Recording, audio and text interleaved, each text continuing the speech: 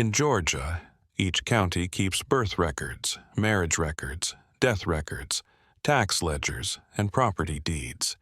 These papers are the bones of history. They show that people lived, that families did, and that lives had meaning. That being said, there is a hole in Fairmont County, Georgia. A big one, not a small one, a missing page, or a volume that was damaged by water. From 1847 to 1865, more than 300 names just disappeared. 300 people who were born, worked, and died were erased so completely that only their absence is left behind. Is left. And this is what makes it impossible to ignore. Every one of them had something to do with Riverside Plantation. The estate is still there today. It has been turned into a historic site with well-kept gardens and tours. But when you find out about the families who lived there, built those brick walls, and took care of those fields, you'll find something disturbing. It's as if those souls never breathed when the official record goes silent. This is the story of how a whole town was, carefully erased from history, and why someone went to such great lengths to make sure they were forgotten. When Thomas Hargrave got his grandmother's house in 1962, he wasn't looking for a mystery. He was a junior professor of American history at Emory University and was 28 years old. He specialized in the economics of the Reconstruction era. Eleanor Hargrave, his grandmother, died at the age of 91. She left him her simple home on the edge of Fairmont County and an attic full of things she had gathered over the years. There were papers, photos, and letters. Thomas drove down on a hot June Saturday with the windows down and the radio on low. His grandmother was smart, taught elementary school for 40 years and never missed a Sunday at First Baptist Church. He loved her very much. When he was 7, his parents died in a car accident and she took care of him. There were happy times at the house, summer visits, sipping sweet tea on the porch, and hearing her stories about growing up in the country in Georgia. That being said, Elelena had also been a piler of paper. Each and every letter, bill, and church bulletin. She had kept everything in boxes that were labeled with her own handwriting. Thomas cleaned out the living room and bedrooms, donating things he didn't need and packing up kitchen items for the first week. This was the last thing he did. There was nothing different when he finally went up the narrow stairs the next Saturday and pulled the cord to turn on the single bulb. There are stacks of cardboard boxes and an old dressmaker's, a mannequin, a steamer trunk, and stacks of National Geographic magazines. The leather case was something he didn't expect. It was on a high shelf, partly hidden by a hat box. It was dark brown, about the size of a briefcase, and the brass clasps were tarnished. The leather was old and cracked, but it was still whole. Thomas took it down, blew the dust off of it, and then opened it. The papers inside were old papers, some on parchment and some on yellowed paper. They were all neatly put together in folders and tied with ribbon. The first folder had the words "In." Worn-out ink. Records for the Riverside Plantation Estate from 1835 to 1866. Thomas could feel his heart beat faster. He knew how important first-hand accounts were as a historian. Plantation records from before the Civil War were hard to find because they were often destroyed in battle or lost over time. This really was a find. He took the case downstairs, cleared the table, and then opened it up to look inside. There were bills of sale, crop yields, and letters from Nathaniel Wycliffe, the plantation owner, to different merchants, banks, and other people. And cotton factors, plus detailed inventories of farm tools, animals, and building repairs. Then Thomas found something in the back of the third folder that stopped him in his tracks. A page from a ledger that was carefully written by hand and dated April 1847. At the top, Riverside Estate, a quarterly count of slaves. After that is a list of names, ages, and family groups. 73 people, ranging in age from a baby named Rose to an old man named Abraham, who was listed as 68 years old. But Thomas thought this was strange.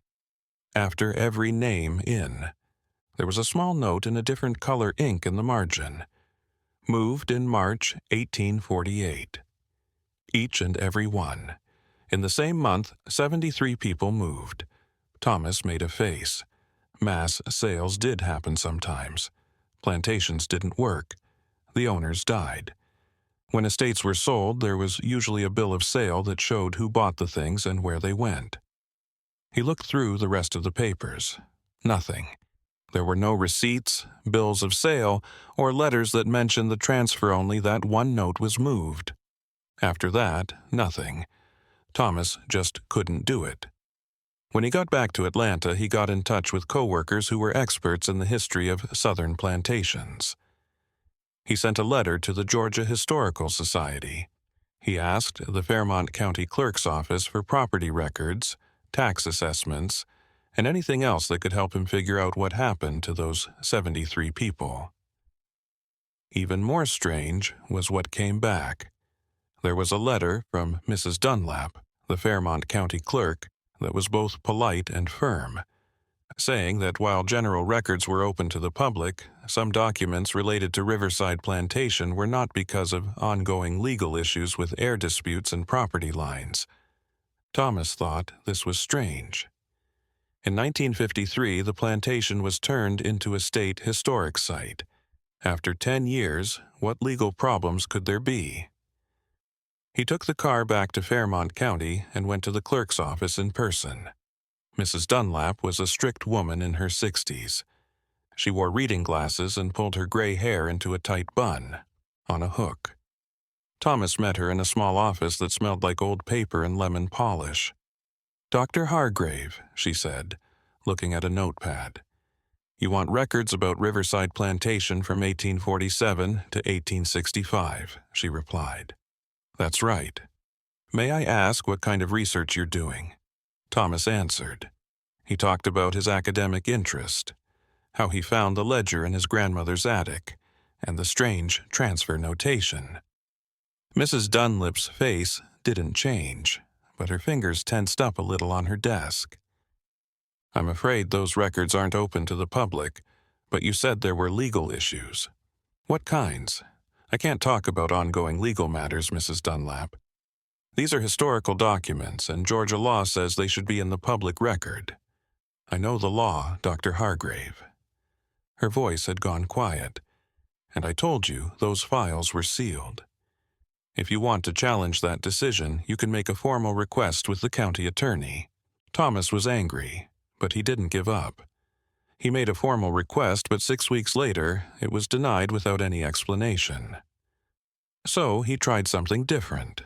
Thomas started going back through public records that were easy to access. He started with the 1850 federal census, which was the first to list some slaves by name, though most were still only listed by age and sex under the slaveholder's name. It was easy to find Nathaniel Wycliffe's entry. Wycliffe was 49 years old and was listed as a planter with a lot of property. His household included his wife Margaret, 3 children, and a white overseer. Below that, there were no entries for slaves.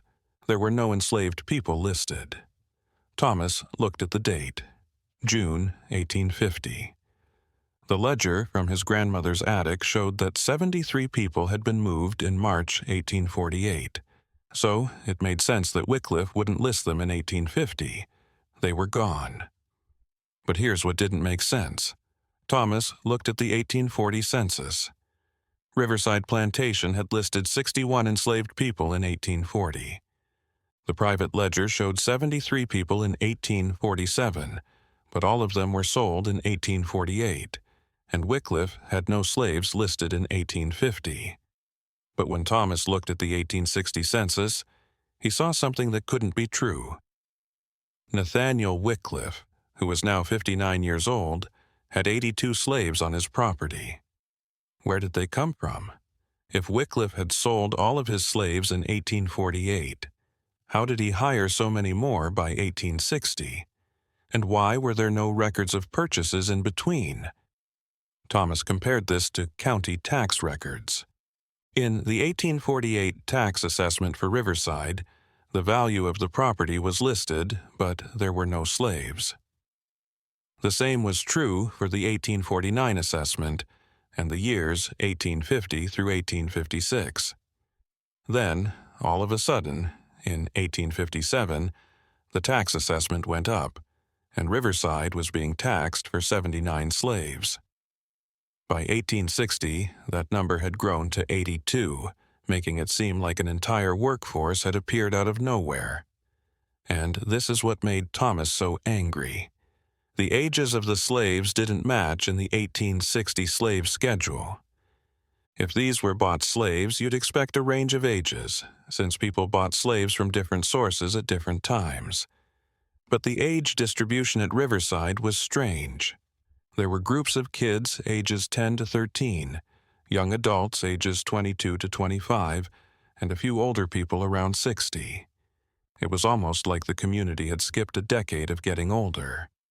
Thomas needed another source, something other than official government records, so he looked in church registries. In the South before the Civil War, plantation owners often forced slaves to. People who went to church sometimes wrote down baptisms, marriages, and deaths in church ledgers, even if the state didn't record them. In the 1840s, Fairmont County had 3 churches. 2 of them lost their records in a fire during Sherman's March, but the third, Fairmont Methodist Episcopal Church, kept its records safe in a fireproof vault. Thomas went there on a Tuesday afternoon and said, "The current minister, Reverend Polk, was a friendly man in his 50s who welcomed academic research. Not many come in." "Historians," Polk said, leading Thomas to a room in the back. "Most people are genealogists looking for family ties." The ledgers were kept in acid-free boxes and were surprisingly well preserved. Thomas started with the volume that covered 18,451,855. And it didn't take him long to find entries for Riverside Plantation. For example, in March 1847, Hannah baptized her daughter Rose at Riverside Plantation. In June 1847, Samuel and Dina got married at Riverside Plantation. And in November 1847, Abraham was buried there, aged about 68. Normal entries, with people's lives recorded with as little respect as the church could muster. Then, in February 1848, something different happened. A mass baptism. 43 people, all from Riverside Plantation, were baptized on the same Sunday. The names were written quickly, as if the recorder was overwhelmed by the number of people. Men, women, and children all received the sacrament at the same time. After March 1848, nothing happened at Riverside. There were no more births, marriages, or deaths. For 9 years, the records were blank. The church records for the plantation disappeared altogether. Then, in January 1857, new entries started coming in. A baby was baptized, an old woman was buried, and a young couple got married. All of these events were listed as happening on Riverside Plantation, but the names were different. None of the names from 1847 showed up in 1857. It was like the whole population had been switched around. Thomas sat back, his mind racing.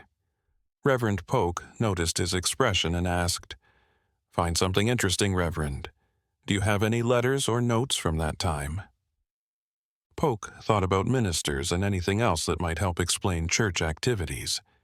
He said, "Let me check the archives." 15 minutes later, he came back with a thin folder. This is what we have from Reverend Martin Hayes, who served here from 1843 to 1851. Thomas carefully opened it. Most of it was routine notes about sermon topics, visiting preachers, and building maintenance. But near the back, he found a letter from April 10, 1848, to the Bishop of the Methodist Episcopal Church South. He read it. "I've written to you twice to ask for help with something that is causing me a lot of spiritual pain. Recently, members of the Riverside congregation have come to me with serious concerns about where their family members are. Families have been split up without a good reason, and when I asked Mr. Wycliffe for more information, he made it clear that church officials weren't allowed to look into his business. I feel torn between my duty to my congregation and the limits that local officials have put on me. Please help me understand what I did wrong. These people came to the Lord's house looking for comfort, and I fear I let them down. Thank you, Reverend Martin Hayes." Thomas looked up at Reverend Polk and asked, "Is there a response?" Polk shook his head. "Not in our files." Thomas took a picture of the letter with his camera, thanked the Reverend, and drove back to Atlanta. That night, he couldn't sleep because he thought about how families were split up, a minister being silenced, and a whole workforce disappearing from records only to be replaced years later. Thomas looked further. If 300 people had been moved from Riverside, there had to be some kind of paper trail, like bank records or shipping manifests. He called the Georgia State Archives and asked for any records about Nathaniel Wycliffe or Riverside Plantation between 1845 and 1865. 3 weeks later, he got a thin folder with mostly copies of what he'd already found. But there was one new thing. A short mention it was written in the Georgia General Assembly Journal in 1849, and it said that the Georgia State Lunatic Asylum in Milledgeville would be expanded. The asylum had been opened in 1842 as the state's first public mental institution. The 1849 expansion added a new wing and greatly increased the asylum's capacity. Thomas almost skipped over it because he didn't see what it had to do with Riverside. But then he saw a footnote about a private gift from Nathaniel Wycliffe of Fairmont County for the building of, an endowment from Wycliffe. In 1849, a year after the mysterious transfer, Thomas asked for records from the Georgia State Lunatic Asylum. What he got back was disturbing. The asylum had received a large endowment from Wycliffe, $12,000. At the time, this was a huge amount of money, and it was used to build a farm complex on the asylum grounds, complete with fields, animal pens, and workshops. According to the asylum's annual reports, the farm was worked by patients who were engaged in. In the 1850 report, 81 patients were working in agriculture. In the 1851 report, 94, and in the 1855 report, 112. But Thomas's hands started to shake as he read. The asylum kept patient admission records, names, ages, counties of origin, and diagnoses. Thomas asked to see the records. The staff at the archive told him that patient records, even old ones, were private by state law unless he could show a direct family connection, which he couldn't do. But the asylum's annual report said that the records should be made public. Statistical reports were available to the public, and Thomas read them all. In the 1850 report, there was a breakdown by county of origin. Fairmont County had 68 patients, which was statistically impossible for a rural county with a total population of about 3,200 people. Mental illness didn't affect one county at 20 times the normal rate, unless those people weren't patients. Thomas needed proof, so he contacted Dr. Patricia Chen, a colleague at the University of Georgia who specialized in the history of. He told Patricia what he had found over lunch in Athens. Patricia's face became more serious as she listened.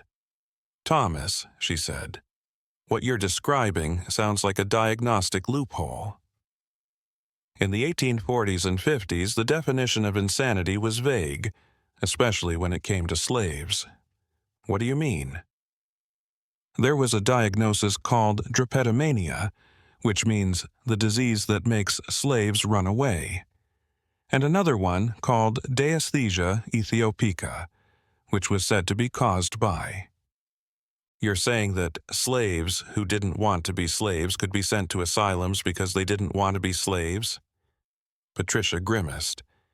In theory, yes, but it didn't happen very often because asylums cost money. Why pay to put someone in an institution when you could just punish them on your own property? Unless, Thomas said slowly, you had another reason. Like what? Thomas pulled out his notes. What if you needed to hide people, make them disappear from view? Patricia's eyes grew wide. That's evil beyond belief. An asylum would be perfect. They're locked up, patients don't have any legal rights, and if you paid for the farm operation, you'd have a steady supply of free labor that doesn't show up on the tax return. But what about the families? You said whole families disappeared. Thomas had thought about this. Families were units. If you wanted to erase someone's family history, you couldn't just take the adults because the kids would grow up and remember parents who were recorded somewhere else. You'd have to take everyone, parents, kids, even babies, and make it look like they never existed. Patricia was quiet for a long time. Finally, she said, "You need to see those patient records." They were sealed, but Patricia knew a retired archaeologist named Mr. Osborne who had worked at the Georgia State Hospital, the modern name for the old asylum for 30 years before retiring in 1959. He lived in Milledgeville in a small house near the hospital grounds. Thomas drove down to meet him on a hot August afternoon. Mr. Osborne was 83 years old, thin and stooped, but his mind was sharp. He ushered Thomas into a study crowded with books and personal files. "Dr. Chen called me and said you're researching the old asylum farm," Osborne said, lowering himself into a leather chair. "Yes, sir. Specifically, admissions from Fairmont County between 1848 and—" Osborne slowly nodded. "I remember those records. You do? Hard to forget. When I started working in the archives in 1929, I was cataloging patient files from the 1840s and 50s. There was a whole section with maybe 100 files, all from Fairmont County and all admitted within a few years of each other." "What happened to them?" Osborne asked. "They were taken away by whom?" the hospital administration asked. "It was around 1931. They said there was a legal request from the patient's descendants, something about privacy. The files were put in boxes and sent to the office of the state attorney general." He paused. "But here's the thing. I'd already read some of them." Thomas leaned forward. "What did they say?" Osborne slowly stood up, walked to a filing cabinet, and pulled out a worn notebook. "I kept notes. I knew I wasn't supposed to, but something felt off about those cases." He gave Thomas the notebook, which was full of his careful handwriting. "Patient 847029, female, 24 years old, Fairmont County. Notes show that the patient is physically sound and able to do field work. He was assigned to a farm detail. Patient 847031 was a male from Fairmont County who was 19 years old. He was diagnosed with idleness and resistance to discipline. He was admitted in March 1848, and there were no signs of mental disturbance. He was assigned to a farm detail. Patient 847044 was a female infant from Fairmont County who was 8 months old. She was diagnosed with a risk of inherited insanity and was admitted with her mother in March 1848. Assigned to work in the nursery. Thomas was sick. An 8-month-old baby was found to be crazy." "Osborne, these people weren't patients," Osborne said quietly. "They weren't." "Did your notes say anything about who did these crimes?" Welcome papers signed by Dr. Cyrus Brennan, a doctor in Fairmont County, and Magistrate Samuel Halt. Osborne turned to a different page. Section 17 of the Georgia Code allows commitments. Part 4. people, of unsound mind posing danger to themselves or others.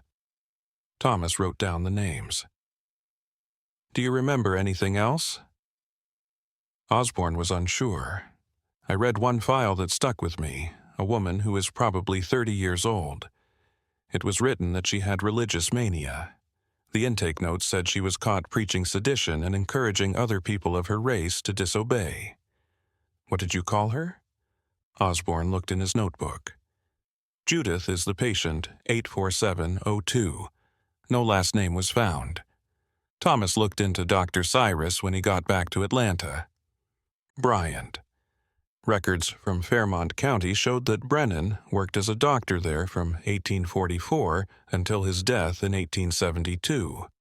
He had been the county doctor, which gave him the power to sign papers for people to go to the asylum. Thomas looked through the records at the Medical College of Georgia and found Brennan's personal papers. Most of them were ordinary. There are records of patients, ledgers of fees, and letters about medical supplies. But Thomas found a letter from in a folder marked Professional Correspondence 1848. Nathan Wycliffe. Dr. Brennan, I'm writing to confirm that we agreed on what we talked about. The amount of $300 will be sent as soon as the paperwork is done. As the reputation of my estate and the safety of our community depend on it, I trust your judgment in this matter. As you know, these people are dangerous, and sending them to the state facility is both safe for everyone and a good thing to do. Keep this message secret, Nathaniel Wycliffe. Thomas read it 3 times. It was done carefully. Phrased. There was nothing directly accusatory, but it was clear what it meant. Brennan was paid by Wycliffe to make fake commitment papers. But why? What danger did 73 people, some of whom were babies, pose? Thomas had to learn about Wycliffe on his own.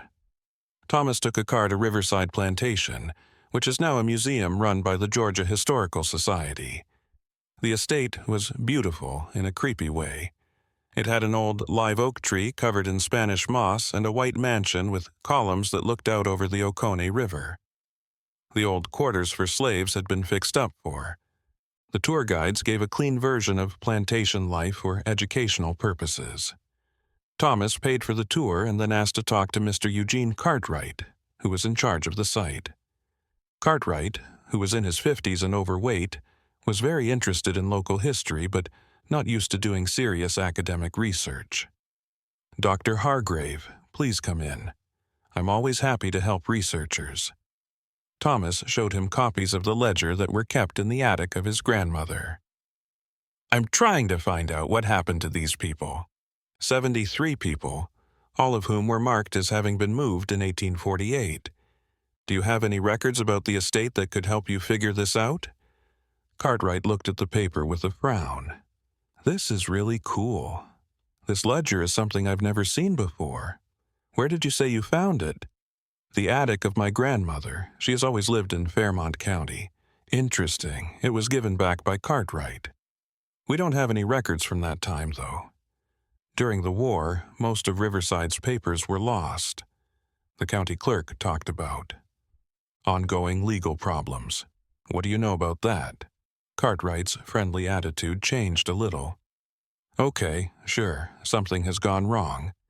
Some Whitecliff family descendants have argued that the state doesn't own some historical items. It's been in court for years. Who are the descendants? I'm not allowed to say. It was there again, that wall. Thomas tried something else. Do you know if Riverside had a cemetery, Mr. Cartwright? Of course. The family story is on. The mountain where the White Cliffs are buried. What about a cemetery for people who were slaves? Cartwright was unsure. On the east side of the property, near the old fields, there are graves that aren't marked. Out of respect, we've never dug them up. How many graves? It's not clear to us. It could be 100 or more. Could I see it? There was a clearing in the trees with what looked like cotton fields. That was the cemetery, if you could call it that. The ground was bumpy, with small depressions showing where it had been, where graves had been for a long time. There are no grave markers or headstones, just dirt and pine needles. Thomas moved slowly through the area and kept track of how many depressions he saw. He thought there were about 90 graves. But if Riverside had been open for decades and housed 60 to 80 slaves at any given time, there would have been a lot more deaths, illnesses, accidents, and old age. A terrible lot of people died on plantations. There were only 90 graves, so someone must have been buried somewhere else or not at all. Anyhow, Thomas could feel how heavy it was, how the evidence was being erased on purpose. He went back to the main house and asked Cartwright one more thing.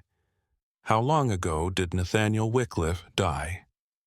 1867, 2 years after the end of the war. Is there a will? Cartwright took a quick blink. I need to check. Could you? The will was kept at the Fairmont County Courthouse and was open to the public. The following week, Thomas got a copy. At the time, it was a common piece of writing. Giving Wycliffe's widow and 3 children their property. Children who survived. Plans for how the estate will pay off debts. But there was a part near the end that stopped Thomas short of air. 7th item. I tell my employees to get rid of all personal ledgers, correspondence, and records related to running the estate from 1847 to 1856. As I already said, these records contain private information that shouldn't be seen by the public. This destruction must be done within 60 days of my death and be backed up by a sworn document. Don't keep the records, destroy them. Don't store them. Get rid of them.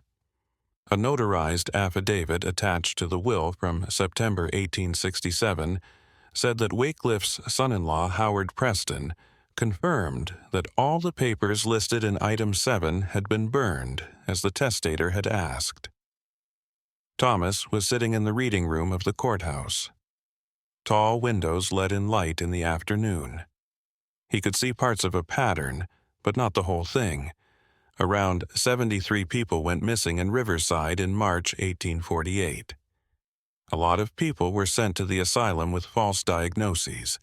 9 years. Of nothing in all the records. The sudden return of a slave labor force in 1857. A will that said to get rid of the evidence, but he still didn't understand why. What did Wycliffe have hidden? The answer came from somewhere you wouldn't expect it. In November 1962, Thomas was giving a talk about his early research at a conference on the economic history of the South. During the Q&A, an old professor from Duke University came up to him. I found it interesting that you brought up Nathaniel Wycliffe, Dr. Hargrave. I saw that name years ago. Ago, but in a different setting. Oh, contracts for trains. I was looking into how the Central of Georgia Railway was built in the 1840s. The name Wycliffe showed up in connection with a work contract. Thomas could feel his heart beat faster. Do you remember the specifics? Not exactly, but I can send you the source.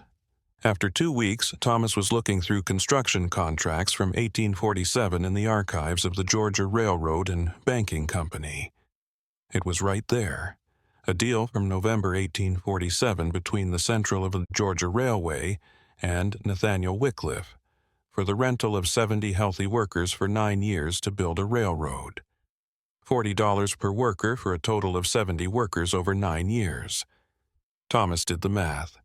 70 workers times 40 years times 9 years equals $25 to $200 million. But there was a strange clause in the contract. The lessor agrees to give the workers free labor and promises that they will not have any legal claims made against them because of their work. The lessor is responsible for all of the workers' housing, health care, and discipline.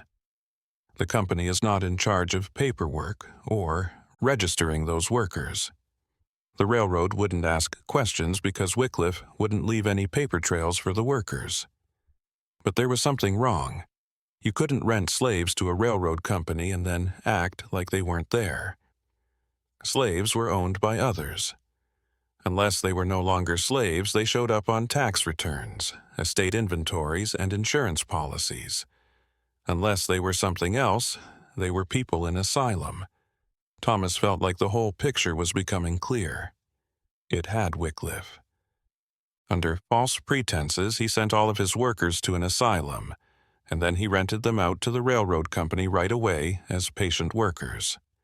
The asylum got some money. The rail company got cheap labor that didn't cause any legal problems. Wycliffe made a lot of money from people he legally no longer owned, making thousands of dollars. It was medicine used to hide slavery. Still, there was one more thing gone. What happened to the first 73 slaves if the contract ended in 1856 and Riverside had taken more people as slaves by 1857? Thomas looked at the census records again. He had been looking at counts of people, their ages, and totals. He looked at names now. Most of the time, the 1860 slave schedule didn't list the names of slaves, but Thomas Cross looked at church baptism records from 1857 onward.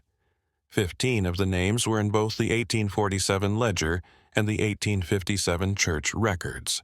It was said that 15 people were moved in 1848, but by 1857 they were back at Riverside.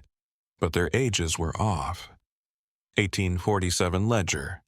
Hannah, age 22, 1857 church record. Hannah, who was 27 years old, should be 32. In the 1847 ledger, Samuel was 28 years old. In the 1857 church record, Samuel was 30 years old, but he should have been 38. It looked like they were years younger, or that younger people with the same names had taken their place. Thomas thought about this. Slaves often didn't have long last names, and names were often used more than once. It was possible that these were different people, but 15 names that seemed to match couldn't be a coincidence. Then, Thomas read the asylum's 1856 annual report and saw something that made him feel cold. A note in the part about money. When external contracts run out, the agricultural labor program will be shut down. Less work was done on farms. Moving a patient. 41 went back to their home countries. 27 were sent to the state prison, and 18 died there. 41 people were sent back to their home countries. Thomas saw what the numbers said. In 1850, 68 people from Fairmont County were on the asylum's list of patients. Taking into account deaths and prisoner transfers, by 1856, about 4,045 would have been free to go. The math worked out, but this didn't happen. Match. The records should have shown those people if they were sent back to Fairmont County. Thomas looked at the 1857 county tax bills for Riverside. There were 79 slaves on the list, but the ages of the people who had been in an asylum for 9 years were all skewed. A lot of the kids were too young. They were born during the asylum years, so it could have been either one. It's possible that the returned patients had children at the asylum, but it's not likely because it was so bad. 2, or Wycliffe had bought a new workforce completely, and the patients who came back went somewhere else. Or choice 3, which Thomas didn't want to think about. The patients who were sent back were never added back to any records. Thomas asked the Georgia State Penitentiary in Milledgeville for records. It took 6 weeks for them to answer. Thomas opened the envelope with shaking hands when it got there. The penitentiary kept detailed records on its prisoners, and unlike the asylum, these records became public after a while. Thomas looked over the admission. Logs from 1856. There, they were 27 prisoners who had been moved from the Georgia State Lunatic Asylum in December 1856. All of them were colored and from Fairmont County. Their crimes included sleeping on the street, refusing to work, disturbing the peace, and making threats. They were given 20-year prison terms for vagrancy and disturbing the peace. Thomas read the names. He knew some of them from the Riverside Ledger of 1847. The prison record says Marcus was 34 years old, but he would have been 25 in 1847. In 1847, Judith, who is now 38 years old, would have been 29 years old. Close. Enough. In 1847, Samuel, who is now 36 years old, would have been 28 years old. Matched. It was the same people. They were sent from Riverside to the asylum in 1848, where they were rented by the railroad for 9 years. When the contract ended in 1856, they were moved to the penitentiary. They would have kept working even while they were in jail. Prison work was common, and private companies often rented it out. Thomas looked at the records of the discharge. 11 of the 27 people who were moved from the asylum died while they were in custody between 1857 and 1864, and 14 were listed as free in 1865. Let go of. In the same year that the war ended, slavery ended. But where did the slaves go? Thomas couldn't find any more information about those 14 people. There were no more census records, church records, or death certificates. They just disappeared. Thomas knew something wasn't right. The people part. Some of the story could be told by numbers and ledgers, but someone had to remember. The local newspaper, the Fairmont County Gazette, ran an ad for him. Researchers are looking for information about families who have ties to Riverside Plantation in the 1840s and 1860s. Contact Emory University's Dr. Thomas Hargrave. 3 people replied to him. The first was from a person who was researching her family tree. It's interesting, but it's not directly related. The second was from an old man who said his great-uncle had worked at Riverside after the war, but Thomas's research showed that the dates he gave didn't match up with what he knew. Lucille Bennett was the name of the third person who sent it. Her letter wasn't long. Her name was Dr. Hargrave, and she talked about Riverside. She said that's where her people were from, but there were records made. She died in 1958, but she gave me a Bible before she died. Names are inside. They might be able to help you. Please call. Hello, Mrs. Lucille Bennett. Thomas called that night. Lucy was 72 years old and lived in Mon. It was easy to hear her voice. Thanks for getting in touch, Dr. Hargrave. That's what my grandmother, Clara Era, always said. Our family came from the river place. That's what she called Riverside. But she said white people took the names away. They were taken away. How she never really explained. Just said that when people tried to go to the courthouse after the war to register to vote or claim land, there would be no record that they had ever been there. There are no records of births or marriages. Why did she say that? She thought it was to stop people from getting what they were owed. You couldn't prove you were a slave there if you were never recorded as existing. They weren't able to ask for back pay or land. Thomas felt them break apart. Put in place. Mrs. Bennett, you said there was a Bible with names on it. Yes, my great-great-grandmother Judith owned it. She taught herself to write a little. Names were written on the front cover. I believe they were family names, or names of people she wanted to remember. Thomas's heart almost stopped. Hey, Judith, thank you. Could you show me that Bible, Mrs. Bennett? The next Saturday, Thomas drove to Mon. Lucille Bennett lived in a clean bungalow with a garden that was well taken care of. She told him hello. Iced tea and pound cake made from scratch. A worn-out cloth held the Bible in place on the coffee table. Lucille carefully took it out of the box. A small King James Bible with a leather cover that was worn smooth from use. The page's gold leaf had worn off to a dull bronze. The front cover was the first thing she looked at. The writing was neat, but not very good. There was a list of names. Some of the names are Hannah and baby Rose, Samuel and Dina, Marcus, Abraham, who has died, Judith, Esther, Isaac, Rachel, and more, maybe 30 names in all. Down at the bottom, the note said, "These souls lived. Let it be known." Thomas's eyes filled with tears. "May I take a picture of this?" Lucille asked. Then Thomas asked, Mrs. Bennet, what happened to Judith after the war? Lucille smiled sadly. That's why I called you. These names deserve to be remembered. Thomas carefully photographed each page. Clara, Judith's grandmother, said she lived a very long time. She had been through a terrible thing. Clara had no idea. What, but Judith wouldn't talk about the years she lost because she had scars on her wrists. She took care of laundry and raised Clara after her mother died when she was young.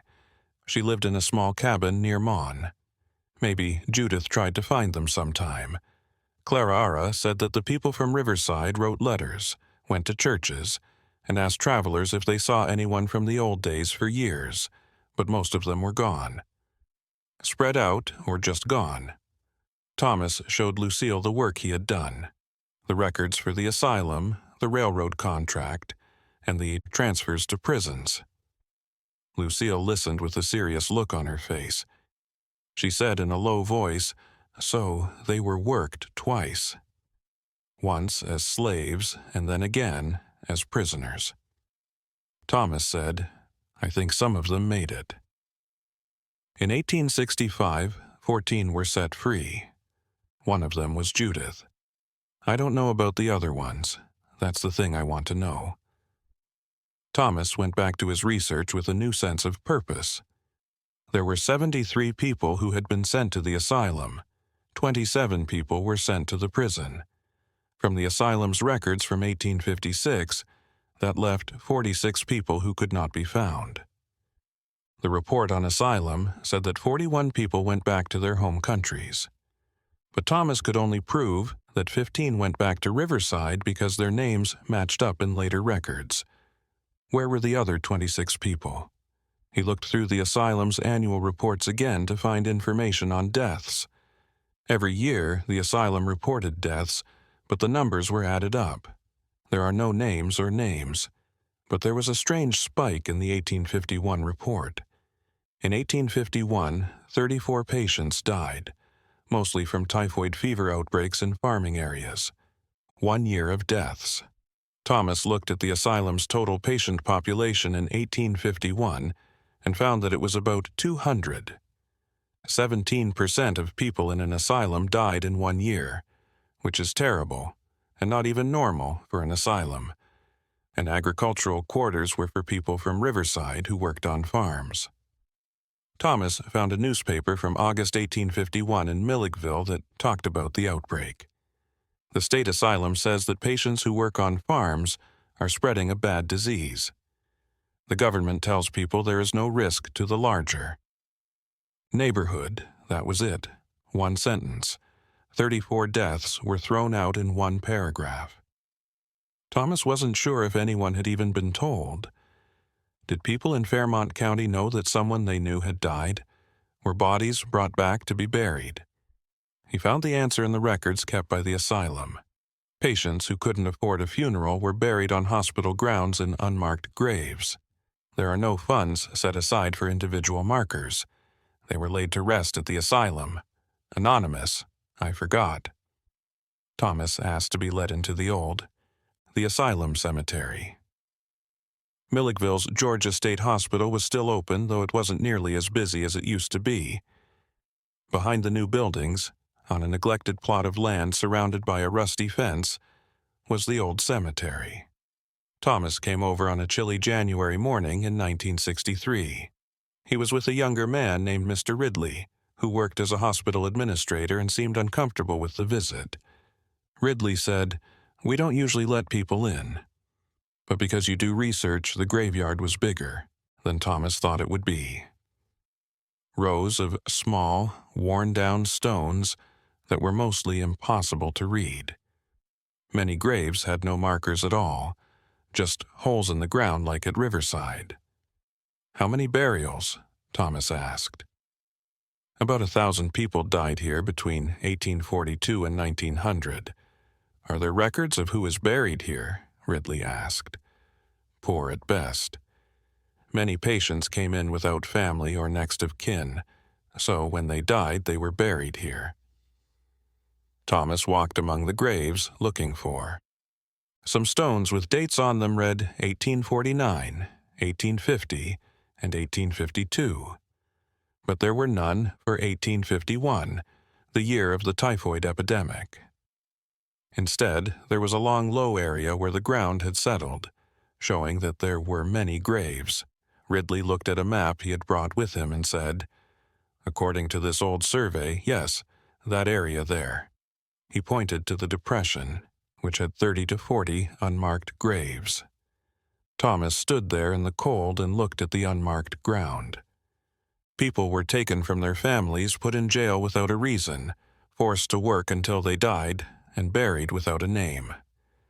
Records had been changed so that no one could ever connect them to Riverside Plantation. For the next few months, Thomas tried to get into Fairmont County's sealed records. He sent Freedom of Information requests, called state lawmakers, and even wrote to the governor's office. Each request was turned down for a different reason, but Thomas saw a pattern. Every denial came from the office of Mr. Douglas Fairchild, the Fairmont County Attorney. Thomas looked into Fairchild and found that he had been appointed by the county commission to be county attorney in 1951. His father had been appointed before him, and before that, his grandfather. The Fairchild family had been county attorneys for 3 generations. Thomas went even further and found that Harold Fairchild, the grandfather, had been appointed as county attorney. The county attorney from 1889 to 1922, and Harold Fairchild had been married to Elizabeth Wycliffe Preston, who was the granddaughter of Nathaniel Wycliffe. There was a direct family connection. Thomas now knew why the records were sealed. The current county attorney was protecting the legacy of his ancestors, but Thomas also knew he had enough proof to go public without the sealed records. The private ledger showing the transfer, the patterns of asylum admissions, the railroad contract, and the will ordering destruction. Based on the penitentiary records and Judith's Bible with the names in it, he wrote an academic paper called Economic Exploitation Through Institutional Commitment, a case study of Riverside Plantation 1-847-1856. He sent it to the Journal of Southern History in May 1963, and it was accepted for publication in the fall issue. The article got a lot of attention right away. The Atlanta Constitution ran a front-page story called "Scholar Exposes Slavery-Era Asylum Scheme." Other newspapers did the same. The Georgia. In response to Dr. Hargra's research, the Historical Society said they would look over all materials related to Riverside Plantation. Then, quietly, the Fairmont County Attorney's Office said that qualified researchers would be able to access some historical records that had been restricted before. Thomas was given access in November 1963, and the sealed files contained exactly what he had thought they would contain. Letters between Nathaniel Wycliffe and Dr. Brennan set up the false promises. Letters between Wycliffe and the railroad company negotiating wages for workers. Detailed ledgers showing payments from the railroad. And most damning, a private accounting book showing how Wycliffe had spent the money, buying more land, growing his business, and building the huge mansion that was still standing at Riverside. All of this was done with stolen labor, hidden behind medical certificates and institutional walls. But the files also had something Thomas hadn't expected. There were 41 names in the ledger that showed patients who had come back from the asylum. Next to each name was a destination. 15 were listed as going to Riverside Plantation. 12 were transferred to Simmons Estate in Burke County, and 14 were listed as sold with no record of the sale. This was not like other cases where slavery was legal. These people had been locked up as patients and then sold as if they were still Wycliffe's property. This was illegal unless no one was looking, which no one was.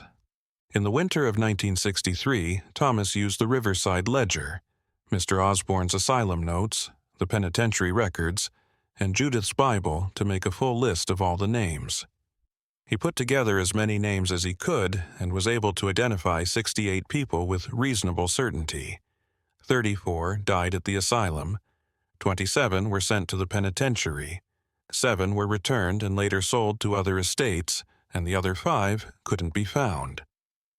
Thomas published a follow-up article in early 1964, this time including the names, and sent copies to everyone. I sent letters to historical societies, genealogical groups, and black churches all over Georgia, hoping that descendants would recognize their ancestors. At first, the letters came slowly, but then all at once. They were from families who had been looking for generations for proof of their lineage.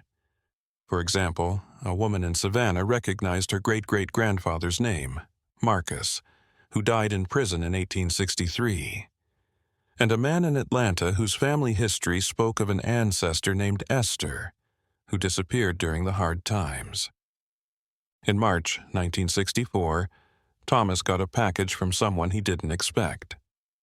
The return address was just a friend of truth, Fairmont County, and inside was a single, old, brittle piece of paper that looked like a page torn from a personal diary, dated June 14, 1857.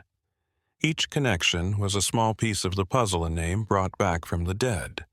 But Thomas knew that the whole truth would never be found because too many records had been destroyed on purpose. The writing was clear and well taught.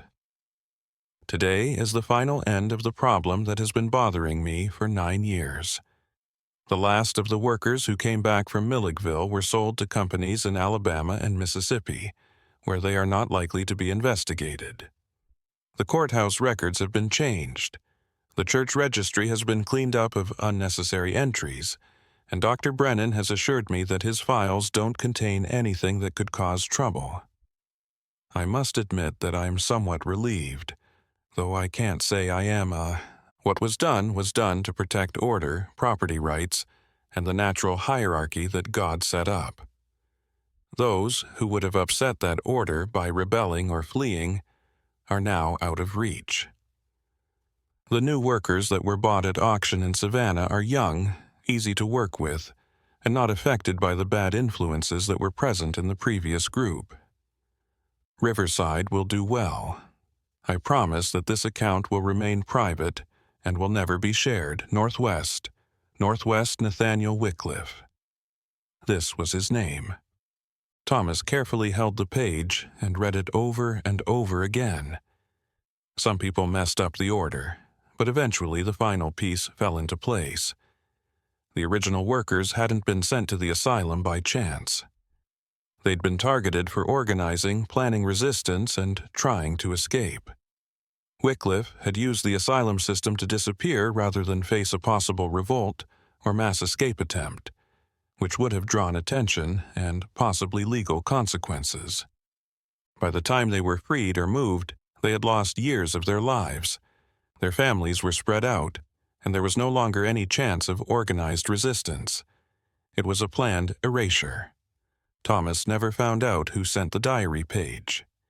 He thought it might have been a member of the Fairchild family who was tired of hiding a shameful past, but the sender never said who they were. In 1966, Thomas Hargrave wrote a book called The Vanished: How One Georgia Plantation Erased 300 Lives. It became required reading. The state of Georgia officially admitted to the asylum scheme and apologized to the families of the people who were taken. Riverside Plantation changed its tours to include the full, uncensored history. And in the unmarked cemetery on the east side of the property, the Georgia Historical Society built a monument, a simple stone marker with the names of 68 souls listed in alphabetical order. At the bottom of the stone was written, "These lives were hidden but not lost. These names were taken but now." Lucille Bennett went to the dedication ceremony with her grandmother Clarara's Bible close to her. She put a bouquet of white roses at the base of the monument and quietly said, "For Judith and all the ones whose names we'll never know." Thomas stood next to her and looked at the names carved in stone. He thought about how cruel it was to erase people's names, not just making them slaves, but also getting rid of proof they existed. He also thought about the power of memory. One Bible, one ledger, and one person determined to remember could bring the truth out of the darkness. The wind blew through the pines, and for a moment Thomas thought he could almost hear them. The voices that had been silenced were now speaking again through stone and ink. 300 people. Not all of them were named, but they were no longer forgotten.